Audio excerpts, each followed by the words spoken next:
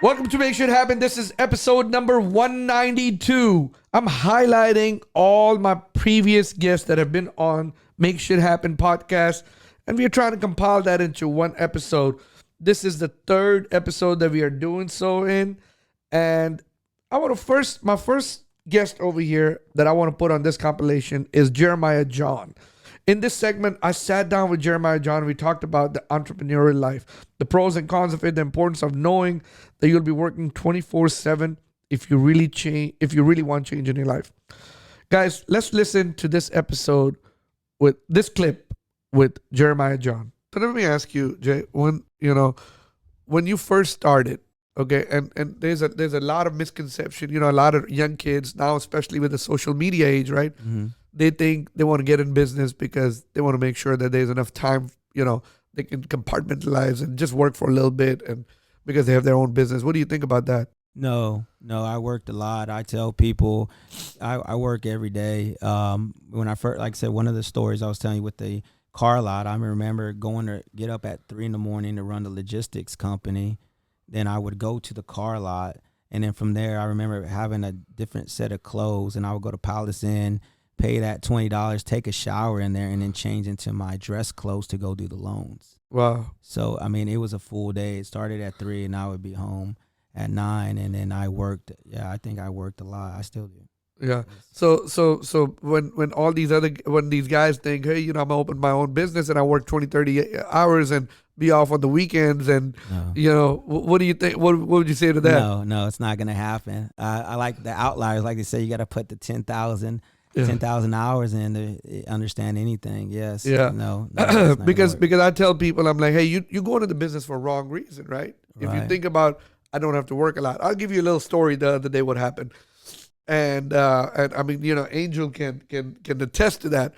So I'm sitting at my on my desk, and I just opened up my Instagram, and I got a message from this guy, and he said, hey, I like your profile, would like to get you more PR work, and I can get you more articles, this and this. Well, so happened that I'm looking for getting some articles, getting my personal brand growing, right? And so I'm like, okay, man, hit me up. He's like, before I hit you up, I'll send you this video, 2-minute video. Take a minute and look at it. So I watched the 2-minute video. I liked it. I said, I like it. Let's talk. Mm-hmm. He sent me a calendar invite. But it's Monday night that night, right? Is it Monday night? Uh-huh. Monday night that night. It's Monday 6:30. I'm still at the office. I called this guy. This guy says he sent me an invite for Thursday. So I sent him a message right back. I said, hey, man, you sent me an invite for Thursday. Call me right now. He said, oh, well, I can talk to you Thursday. Why are you not going to talk to me right now? And so I'm like, okay, man, whatever, Thursday. But I'm turned off. But I'm hot right now. Mm-hmm. Close the deal. So I sent him a message. I said, bro, I'm hot right now. Close the deal. Mm-hmm. Call me. Mm-hmm. He didn't call me. Mm-hmm. So he calls me on I forgot all about it on Tuesday. Mm-hmm. Okay, I said, okay, Thursday, whatever, right? Mm-hmm. He calls me on Wednesday at 12. He texts me. Now, because I'd given my number. Text me, hey, Sam, just want to remind you about our meeting Thursday at 2. I said, yeah, it's cool, but I said, you can call me right now. Let's close this deal. I said, because tomorrow I might be cold. I might not want to do business with you. Right. He said, I'll call you Thursday. I'm like, this guy right here. Mm-hmm. Either he's really showing me like a principle of disinterest and getting me excited about it, or he's just not about his business, right? Thursday comes, 2 o'clock. He calls me at 1:40. He says, hey, sorry, I know we got a 2 o'clock meeting. I got something that come up. Can we just do Friday? I said, no, bro, don't call me no more. We're done. Right. And so young guy, right? Mm-hmm. And so I'm thinking, why do some people think it's easy and they want to compartmentalize? And I mean, look, when you first start, I truly believe that you got to work infinite number of hours. Right. You cannot see what is Thursday, what is Friday, what is Saturday. No. Bust your ass and go to work. Right. Right. And I mean, these young people, the young entrepreneurs, they get into business for a wrong reason. They're thinking, hey, that way I have my gym time, I have my family time, I have my friends time. I got my little girls, my little, or if they're girls, my little boys time, whatever it is, right? And I want to go on vacation every weekend, every weekend I want to get away. What would you say to stuff like that? No, I think to be an entrepreneur, it's pretty much. I think you have to know that's what you want to do because it's gonna take your life to put into it. Yes, you're gonna live it, sweat it. It's gonna be your life. Yes, and I think the key of that is trying to balance everything else out. Because growing that business is your life.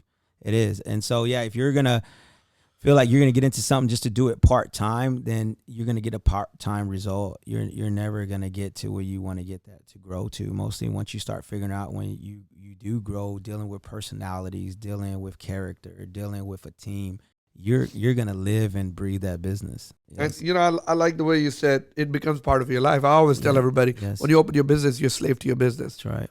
Right? And if you exactly what you said, if you give it part time, you get part time results, right? And I always tell people, if you're not faithful to your business, or if you don't give it a full attention, your business is not going to give you full attention. If you're not faithful to your business, the business is not going to be faithful to you. It's just like having a relationship with somebody, right? And it's very, very, very important. But people just don't understand. On social media, they see this fancy life, right? And they get sucked into that, yes. Right?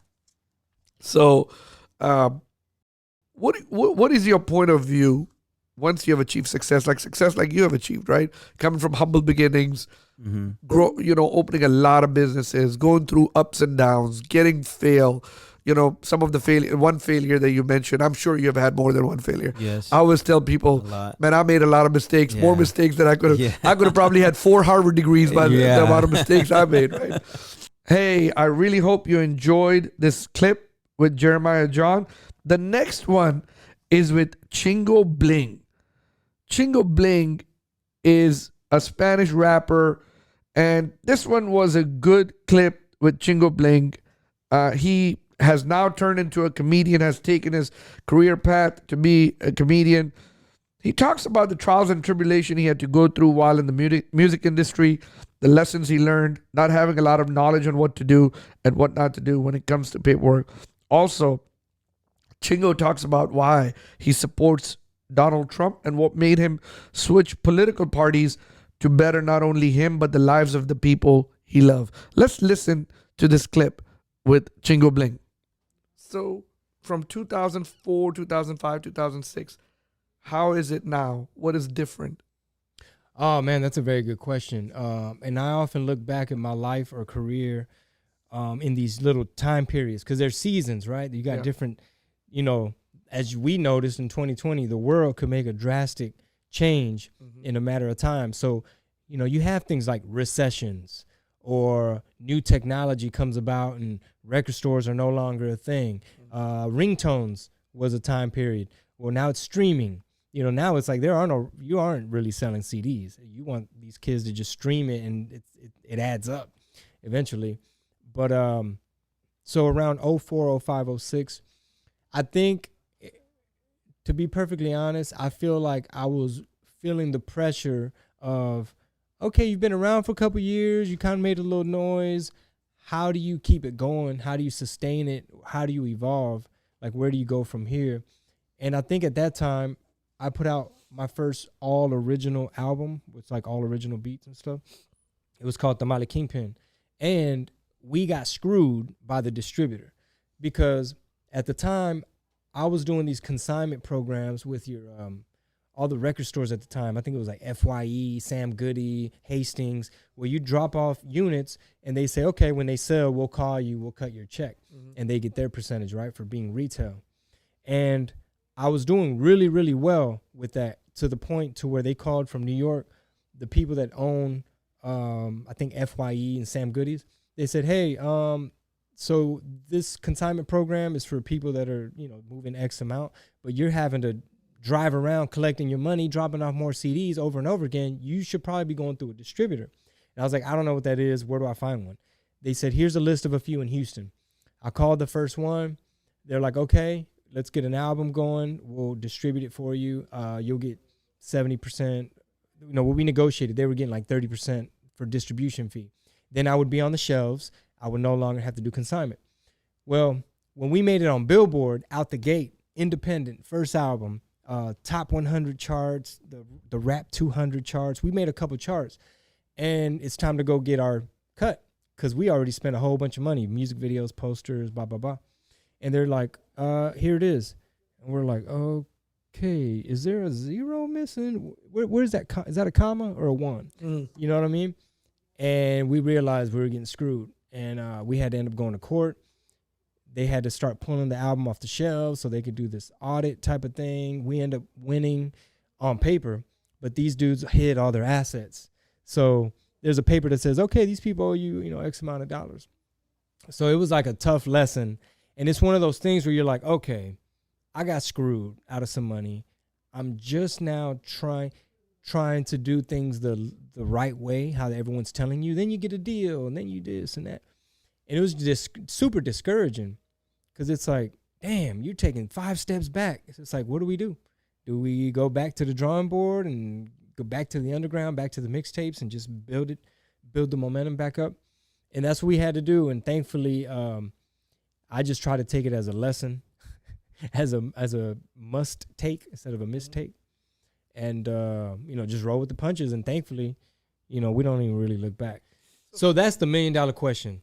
How does Chingo Bling, a lifelong Democrat, walk away from the Democratic Party? How did the Democratic Party lose Chingo Bling's vote? Why does Chingo Bling feel like the Democrats got to earn his vote back? What happened? What damn rabbit hole did you go down where everyone's like, man, you did a 180. You forgot about your people. Man, you sold out. And it's like, I used to think exactly like you. So I'm not even mad because I was literally just like the people that are calling me a coconut.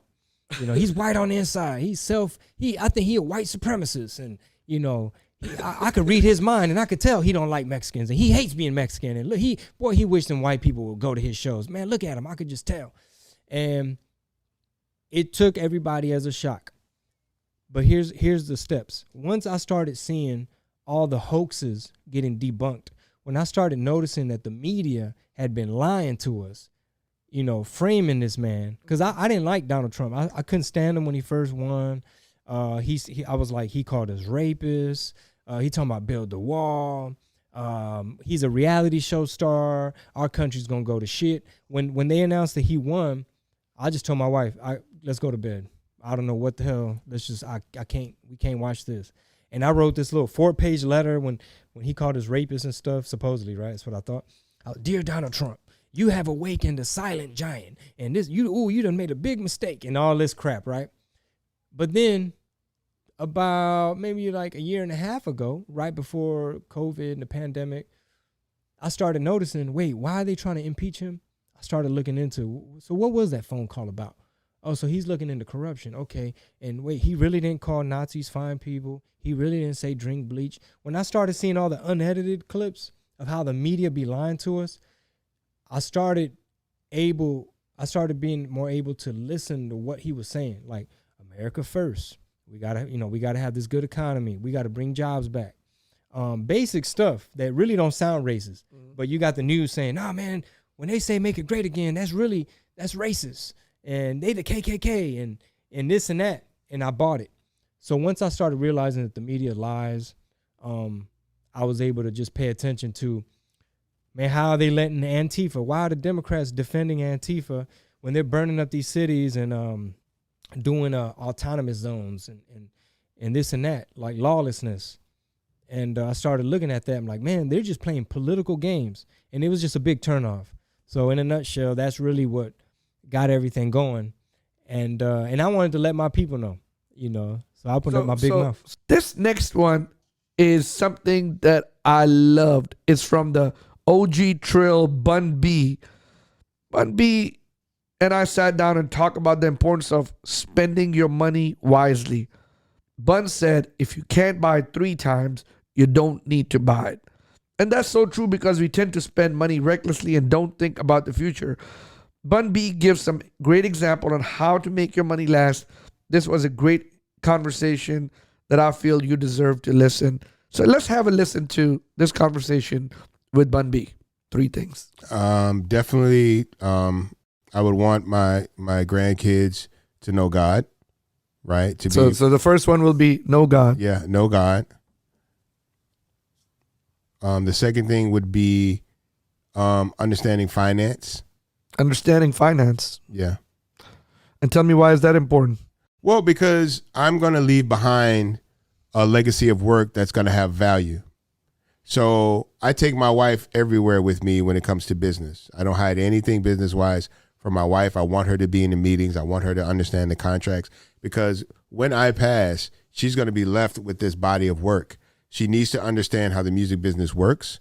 She needs to understand the value and the worth of whatever music I leave behind and how to profit off of it, so that they don't basically just come up and be like, hey, here's $1.5 million, give us everything you got, when they know they can perpetually make $3 to $4 million a year based off this extended catalog. So and so because I teach her that, she will teach them that when it's her time. Understanding finance. And should they inherit a sizable amount of money, I need them to know how to manage that money, so that that money works for them and they just don't go immediately and buy jewelry and a bunch of cars and stuff like that. All right. Number 3. Self-love. Self-love. Yeah. You mind explaining that? Yeah, it's very important that my children, and particularly my grandchildren, don't have to seek out self-worth or self-value from other people, that they are very aware of their value and their worth, and that they love themselves before they choose to start loving someone else, just so they can protect themselves in this world. That was deep. That's a good one. I like that one. Now let me ask you. Hip hop culture. We talked about it, and then you said something I forgot to ask you, and you said, hey, if my kids or my grandkids inherit something, I don't want them to go run and go buy jewelry and watches or things whatever. Things they don't appreciate. Things they don't appreciate, right? What is your? I mean, that's the culture that has become a culture, not only hip hop culture, but a society we live in. Okay. Right. The country we live in. What is your feeling about that? Well, if you can't buy it 3 times, you shouldn't buy it. If you can't buy it 3 times, if you can't buy it 3 times, you shouldn't buy it. So let's just put it this way: if I want to go buy a $15,000 watch, and that's all I got, $15,000, I shouldn't buy it. Yeah, if you can't buy 3 of those watches and still live comfortably, you don't need one. So that means that if I can't buy 3 watches and don't have money for my rent, my food, and my 6 months worth of Or if you're basically buying the watch with all the money that took you a while to save up that amount of money to buy a watch, and for $15,000 you're not going to get a watch that necessarily appreciates, right? You have to get into a higher level of watch buying, totally different brands, totally different, like Tourbillon, and just it's a whole other world if you're trying to make a watch investment. Well, $15,000 Rolex watch is not gonna appreciate over time. Yeah. So don't unless it's kept for like 30 years and then it becomes. But if you want to buy anything, and I just said a watch, it can be anything. But if you can't buy 3 of them, don't buy them. I wouldn't buy it. That's it. That's a good lesson. Now, how do we teach that lesson to the future generation By example. or the kids and stuff like that? By example. Okay. Basically, you let them know. Like I have a Dodge Ram truck. Okay. Right? I could probably go and get a Rolls Royce truck if I wanted to. But then that would be a higher level of financial obligation that would take away resources potentially from other things in my life. Mm-hmm. So for me, it's not about a comfortable car. It's about a comfortable life. So the first primary purchase you should be investing in is where you're going to live, right? Then you decide what you're going to drive. And all of that stuff should be manageable to a point where you don't have to go above and beyond what's necessary to acquire these things. So if it's going to take a lot of stretching and it's going to eat up a lot of your savings for you to buy that particular car, you don't need that car yet, right? Because the purpose of a car doesn't change based on how much money you spend on a car, right? The basic purpose of a car is to get you from one place to another and back, right? And so you don't need to spend $500,000 on a car to do that. If you are going to spend $500,000 on a car to do that, you are probably worth $40-50 million, right? Like I know guys that own those cars, they're a lot more liquid than you would think they are for them to decide that that's what they're going to do. So you just have to be smart. Bun B, I gotta say something. That's something my passion. I'm passionate about it. I'm passionate about saving before you spend it. Mm-hmm. I'm passionate about, that's one of my passions. Like, hey, don't buy something that you can't afford. I honestly, truly believe you should have 6 months to a year rainy fund, because Absolutely. rainy season is always coming. We're in it right now. We're in it right now. But how do we educate people? How do we get a platform that people understand, that the people who look at us, oh man, this guy is in Miami, or this guy's in Paris, or this guy's in Cancun, can see us and say, hey, you know what? You should do this first. Save before you spend it. Oh, wow. What time is it, actually? Now that I think about it. Yeah. Oh, I missed a call. So I had a conference call today with a good friend of mine. I can't believe I missed it. I'm sorry, man. No, you're good. You're good. So I had a call today, and so that's exactly what I'm doing. So it's a friend of mine that works in the finance industry, and that's a concern of his, is how do we educate the next generation properly about finance management, money management. And so we're looking to come together and create a series of financial, like, it would be similar to, God, I can't think of the word right now, but if you went to a like a forum or something like that, right? Where a setting, I can't think of the name for it, but basically where you go somewhere and people speak to you, right? Okay. So it would be something like that, but on social media, so that everyone has access to it. You should definitely do that. I talk a lot about it on my page, but I mean, of course, I don't have a big platform, and that's something I'm very passionate about, because I feel like I'll be calling you. It makes a big difference. I'll be calling you to be a guest on it Done one deal. time. My next clip is with Howard Partridge. In this clip, I sat down with Howard Partridge, and he gives his 4 keys to implement on becoming better in whatever you're doing, especially in business. The keys consist of inspiration, organizing, training, and community. This is a great blueprint on making your life better. Listen to this segment on why Howard believed these 4 keys are necessary. What kind of advice would you have for somebody who's, a 30-year-old Howard right there, or, saying that I want to be there one day? What would you say? I mean, how can they get there? Like reading, seminars, what would you say? Experience? Yes, there's 4 things that you need. Number 1, I call it inspiration. In fact, these are, you mentioned my book, FTI. The number 1 reason that small business owners, or people in general, any person, doesn't reach their biggest dreams and goals is because of something I call FTI, failure to implement. They feel overwhelmed. They don't have the knowledge that they need. They're unorganized. They don't have the training they need. They don't have the support they need. They don't, there's lots of reasons that people just don't do what they're supposed to do. But really the biggest underlying reason is belief. Because if we don't believe, if we don't see a vision, we don't believe, we're not going to move forward.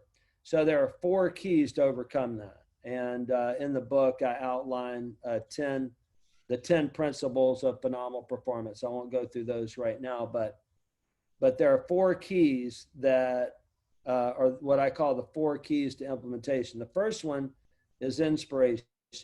Keep doing the things that you're doing right now. The greatest life lesson that I've ever learned is get around people who are already where you want to be. Okay. So don't listen to the naysayers. Don't be a SNIOP, as Zig Ziglar said. The success. How does it go? Susceptible to the negative influence of other people, something like that. Susceptible. Anyway, so stay around positive people. Stay around successful people. Get around people who are doing that, not only doing what you want to do, but they're the kind of person you want to be around.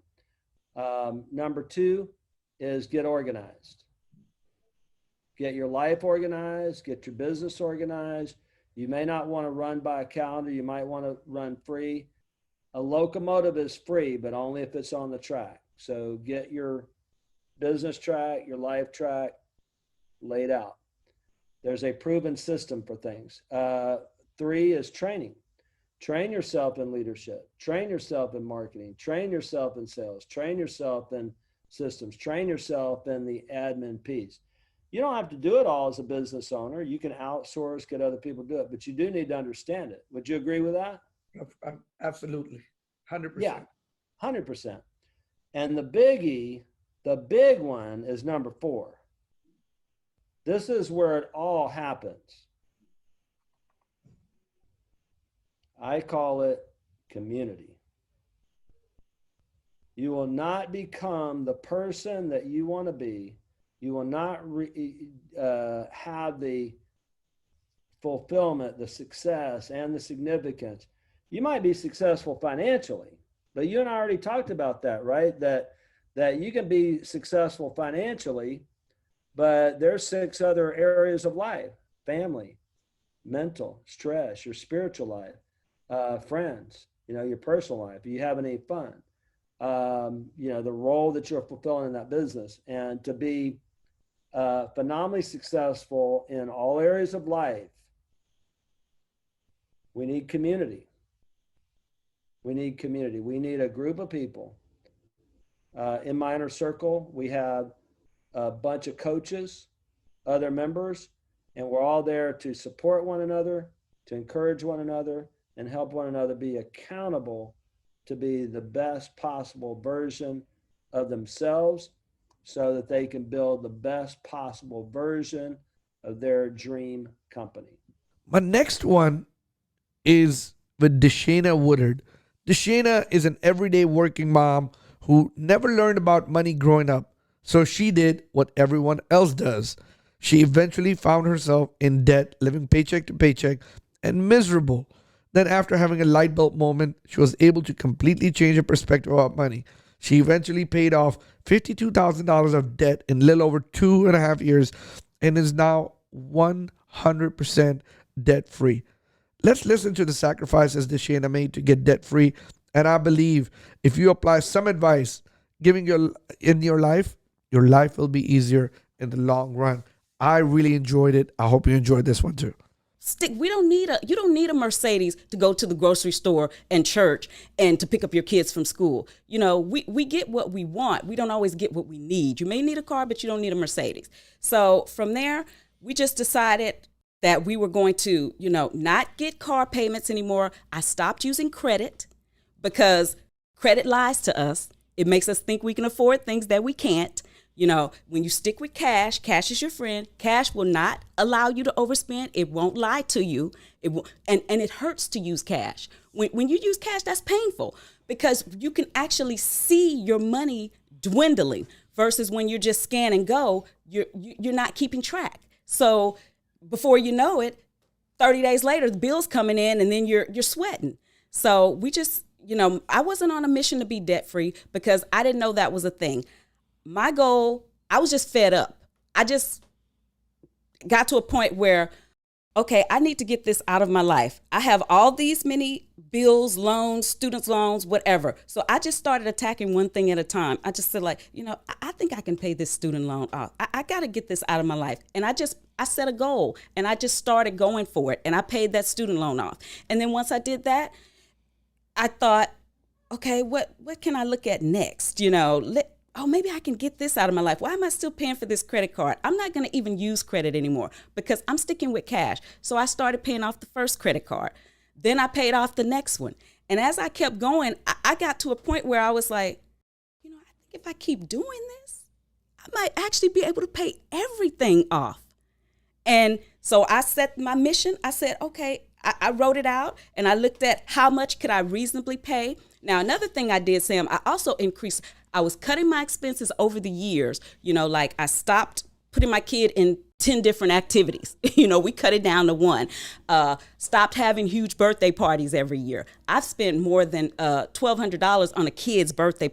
My daughter's very first birthday party, I spent over $1,200 and she slept through most of it. So was that for her or was that for me? For you. So it's so I stopped, doing all these extravagant things, trying to live some lifestyle or portray some image that my money actually couldn't keep up with. And so over the years, we were just making those small cuts. And I got to a point where, yes, I can pay all of this off. I don't know anybody else who's doing this, but I set that goal. And in 2.5 years, I was at this point, by the time I got to that point where I really started to see that 2.5 years, I paid off $52,000 and it was just by being laser focused and just going for it. And I didn't even feel like I sacrificed anything. You know, all that stuff that I thought was important didn't even really matter to me anymore. I didn't care about luxury cars. I'm like, that's not what's important to me. That just made me miserable. What I cared about was, you know, having money in my bank account, being able to have the freedom if I want to. A friend asked me, hey, let's go to a conference in DC. She asked me to go. I was able to go without sweat because I have the money to do that now. I didn't have to charge it. I didn't have to do anything. So it just became more important to me to feel confident in my finances than it did for me to show other people what I have. You know, when someone tells you, hey, you know what, let's go out to eat, and you can go out and without looking at the bill, it's a different, without looking at the menu, how much is it cost? It's a different kind of feeling. It is. Because you are comfortable, and you are comfortable that, hey, I have the money. I don't have to charge it on my card. I don't have to borrow it from somebody. It's a totally different kind of feeling. It's just totally, you're so much more comfortable with that. Oh, yes. Okay, so tell me something. How do we educate people, and how do we tell them that they don't have to have 5 different kind of Louis Vuitton purses in their thing? They don't have to have these expensive red bottom shoes. Yeah. They don't have to have these designer clothes. How do we tell people that? Well, how do we get them in that the Shayna mindset? Well, I'll tell you. Okay, like I was saying, I didn't feel like I sacrificed anything because it's really, you know, people think that when you get intentional and budgets become a dirty word. It's like, oh, I'm so, or it's a word that people just ignore. So it's like, you know, I didn't feel like I missed out on anything. You just have to, if what you love is those red bottom shoes, then you just have to realize how important that is to you. It's about prioritizing the things that matter to you the most. And that's the revelation I had. I realized I didn't care about fancy cars. What I cared about was experiences with my family. I don't mind spending $5,000 to go on a vacation with my family once a year so that we're creating these memories and we're creating these, you know, lifelong treasures that we will always remember. But a car, that depreciates in value. It gets old, it breaks down. That wasn't what was important to me. So what I tell people to get to that mindset is don't think about what you're giving up. Think about what you're gaining. You know, think about what you love the most. If you love those red bottom shoes, that's fine. Add it into your budget. But you got to remember there's a trade-off because every time you spend money in one place, you're taking away from something else. So in personal finance, we always say cover your 4 walls, which are food, utilities, shelter, and basic transportation. So you got that covered. You pay yourself first. Make sure you have an emergency fund, or at least you're putting something into it. And then you add in what you want. You add in an amount for those red bottom shoes that you can reasonably fit into your budget. Once all of your 4 walls and you've paid yourself first, once all that's done, that disposable income you were talking about, that's what you can use to buy those red bottom shoes, if that's what you love.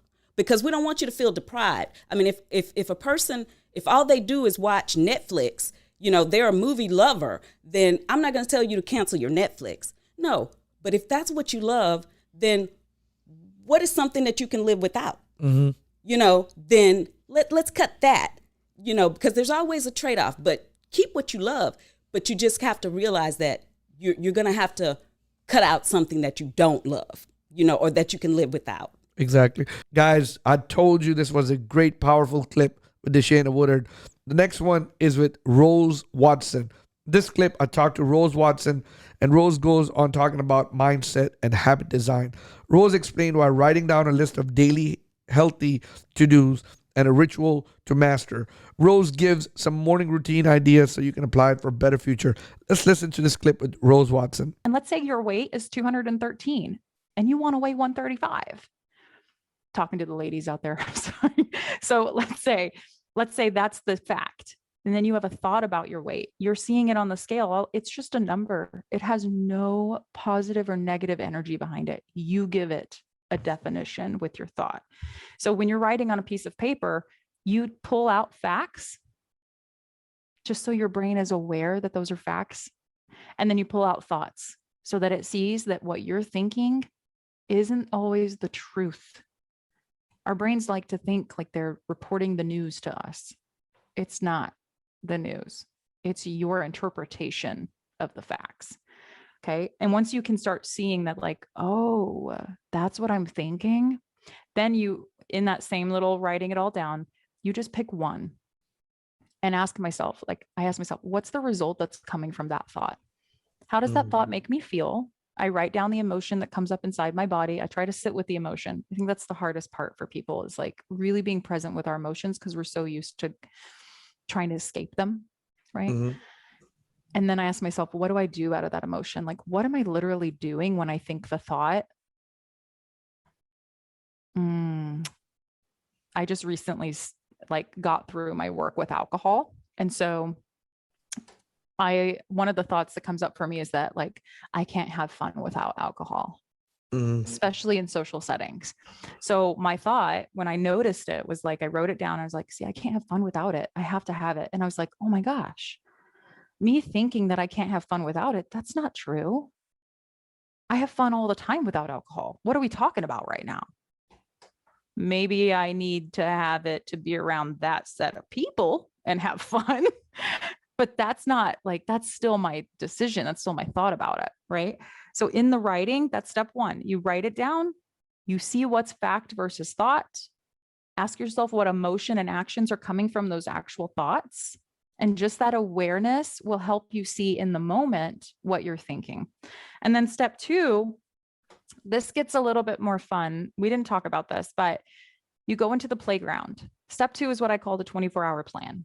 You design a protocol, a decision ahead of time for future Sam of what you want to eat tomorrow or drink tomorrow, or how much time you're going to give yourself to scroll tomorrow. And you make it so damn doable,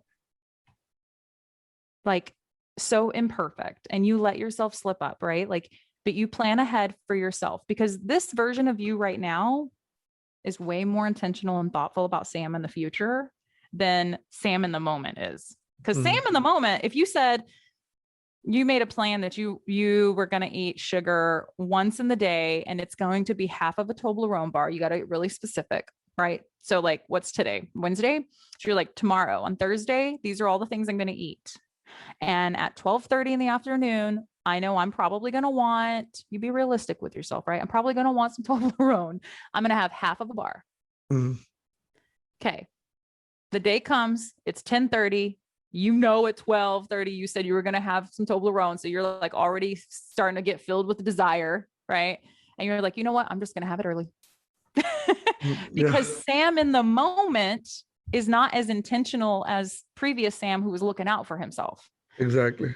Okay. So with a 24-hour plan, I have all my clients design this plan. You go into the playground of your mind. What happens is 10:30 rolls around and you're like, this chocolate would taste good with my coffee right now. I'll just have it early. And let's say you do have it early. We'll come back and we'll evaluate. We'll learn and move on. We'll figure out what you were thinking in the moment, because guess what happens? You're realizing all the obstacles that are coming up for you. Okay. So like I say, going into the playground, because it's all an experiment. Your whole life is an experiment. The question is, are you taking field notes? Taking field notes. Basically, are you evaluating your experiments? Do you know that it's an experiment? Do you think that you have to be perfect? Because that's not true. Because guess what? That doesn't exist. So it's like you set a plan for yourself that's realistic, not perfectionistic or ideal. And then you expect yourself to slip up. And when you do, you have a plan.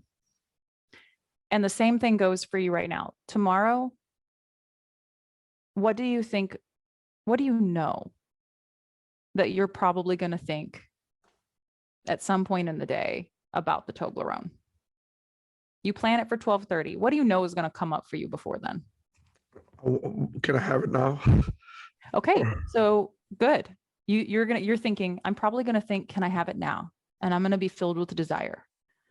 How do I want When I see myself think that thing, how do I want to proceed? Well, I mean, I don't. Well, it's not time right now. It's not time yet. We scheduled it at 4 p.m. Great. I want to honor my commitments to myself. I want to be that future version of myself. Okay, that doesn't desire sugar. Cool. So what you did right now is you overcame an obstacle in advance that you knew was going to come up. Mm-hmm. Does that make sense? Yes. That's the 24-hour plan. You already have like a tool belt, or as I like to say, like you put it in your arsenal. So when the moment comes up, as expected, you whip out your little AK, I don't know, AK-47. AK-47 of thoughts that you already thought to combat that one, where you're like, oh, hey, we're doing a new thing now. That's how you train your brain out of those neurological pathways of the old thoughts and into new ones. New one. Yeah. You just starve off the old ones because you got like a note card in your back pocket is what I like to say. A note card in your back pocket with your new thoughts. And every time you see one of the old ones, because you're getting good at getting aware, you pull it out and you're like, oh, yeah. We're not doing that old thing anymore. We're doing this one. And even if you slip up, you have nothing, you've decided, you don't have any, it doesn't mean anything bad about you as a person. It just means that's the thing you did. Take field notes. Gotcha. It's just a teacher, right? That's a good trick, by the way, Rose. I mean, a lot of people can use that. I mean, and you don't understand if people who are listening to this, I mean, you've just helped a lot of people on that. But you're right. I mean, you got to have a plan, anything. I mean, what do they say? A goal without a plan is just a wish. Yeah. Yeah. And I want to be really clear. Like that's your prefrontal cortex. That's your superpower as a human, right? Is being able to plan things. I want to be clear that like we get real confused about plans. We think that if we make a plan, everything should be like according to the plan, right? Plans fail. Yeah, if I ask anybody right now listening to raise their hand, oh, I had a plan and everything I planned out happened exactly as I thought it would, no one would raise their hand. Because that never happens, right? So like the question is always like, what's the next best step? Your plan is, who do I want to be? I'm going to do anything to get there. That's it.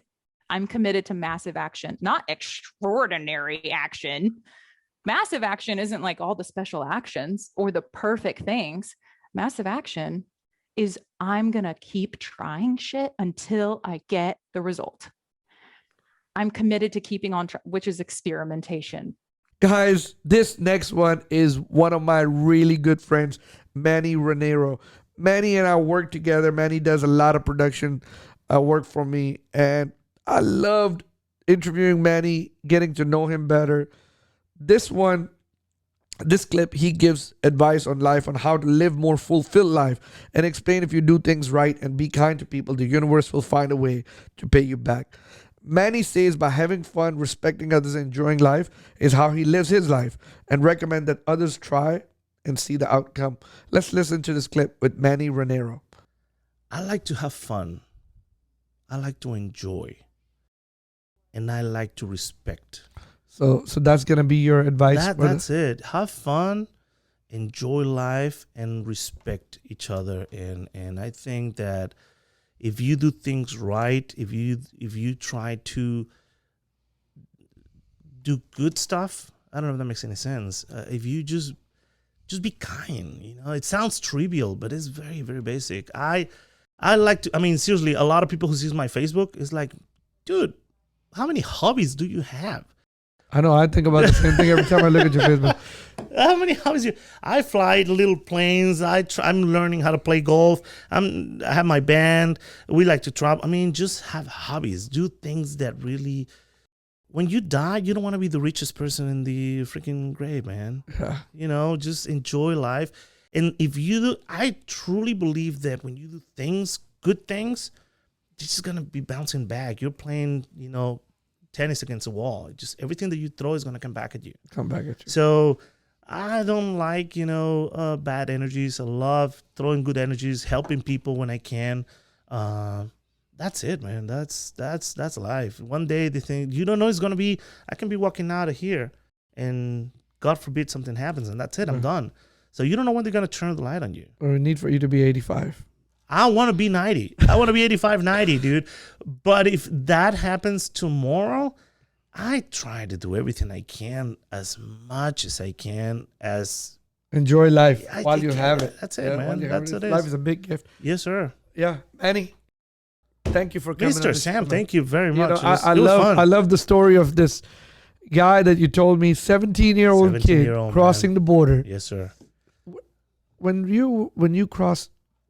Before you came to America, Uh-huh. right when you came to America, Yeah.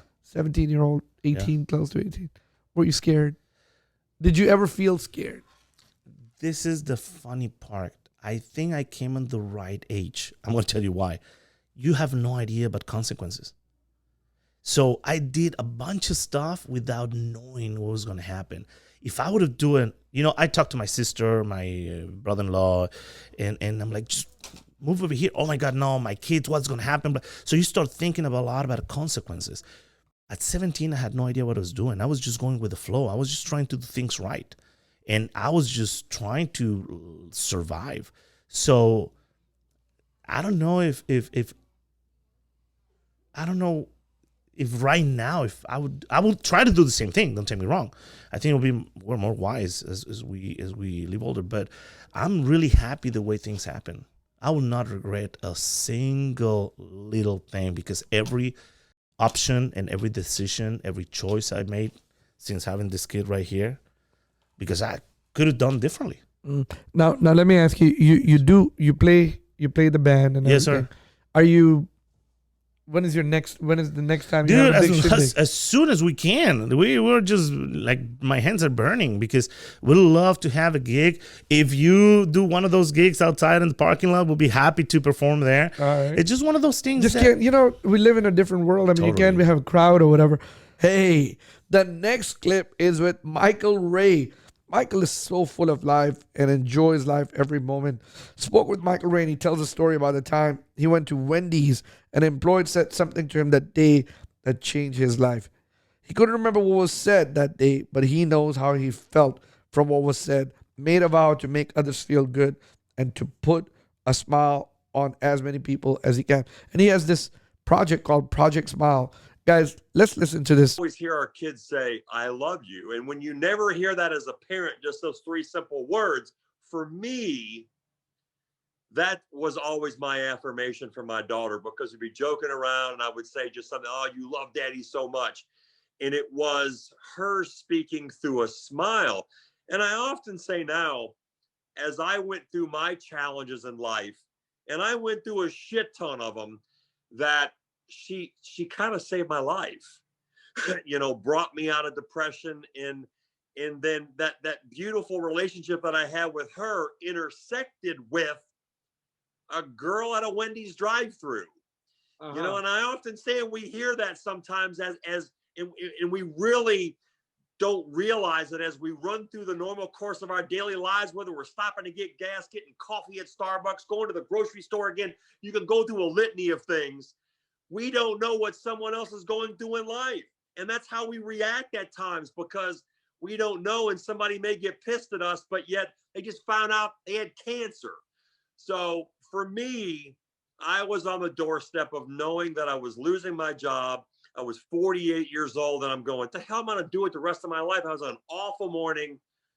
But here at a Wendy's drive-through, it was just this simplicity of about 30 seconds that made me feel so good. and I say, Sam, I had to process it, because when it happened, I literally had to pull over in a parking spot and I broke down crying. Really? And I truly had that moment in which I was like, good God, what are you trying to tell me? Share with us what really happened. Huh? Share with us what really happened that day. Well, so when I say I was in the process of losing my job, it happened the next week. And what made it hard was I was working for a buddy of mine that I knew for 20 plus years, and we were like best friends. And I was processing all of that. And I guess you look at it and going, I really thought I had turned my shit around in life. failed marriage, failed career, the loss of a son, contemplating suicide. And then again, but I'm living with my parents as a 48-year-old man getting ready to lose his job. And you're like, what the hell is next for me? Where do you go from here? Yeah. But in the moment, I don't know why, after about 5 minutes, I composed myself. I laugh about it now. I'm the creepy dude that walked back up through the drive-through window. I waited for the cars to pass. I walked back up, and of course, her first reaction was, "Sir, what's wrong?" And it wasn't what was wrong. I just wanted to say thank you. So I don't know why it's so weird looking back on it, but I just asked if I could take a picture to remember the moment. So I took a picture with Chantrell. And then a couple of days later, I found myself in the gym working out. I crossed paths with another dude. I started talking. I felt good about it. We were laughing and smiling. I took another picture. And then I started doing that. I started taking all these pictures over the course of the next, 6 weeks. I was taking these pictures and I'm like, what the hell am I doing? But I found such love and joy in these moments with these strangers smiling. And I always ask them one thing. Tell me something amazing about you. So I got them talking about them. It made me feel good because in some of these moments, man, I was hugging it out with strangers. And then I was like, again, what am I doing here? And I'm like, oh my God, maybe I'm doing like some kind of smile project or something, And I'm like, okay, maybe I'll start sharing all this shit to social media. So I did. And after about 2 months, I really debated over it. I was like, well, it'll never be big. So I'll just call it Smile Project Louisville and take pictures with people and try to make them happy because I knew it was making me happy too. So I did that for about a year. And I literally say, I had my second epiphany. I'll never forget it. I got out of bed one morning. I took 2 steps to the John like most men do as we start our day. And I was like, shit, if I'm trying to make strangers smile, I wonder what it would look like if I did a random act of kindness. Hey, I hope you enjoyed all the clips that were played in this segment, in this episode. And we are going to do a couple more parts of this towards, going on. And I hope you enjoy what we are doing. I hope we're trying to do a recap on all these guests instead of bringing more new guests at this point. Just some things that will not be forgotten or something that will just stay fresh on our minds. Thank you so much for listening to Make Shit Happen podcast. Thanks for supporting Make Shit Happen podcast. If you listen to this podcast on Apple Podcasts, please review us. Please rate us and give us a review. Your rating and reviews mean a lot. And thank you. And now let's go out there and make shit happen.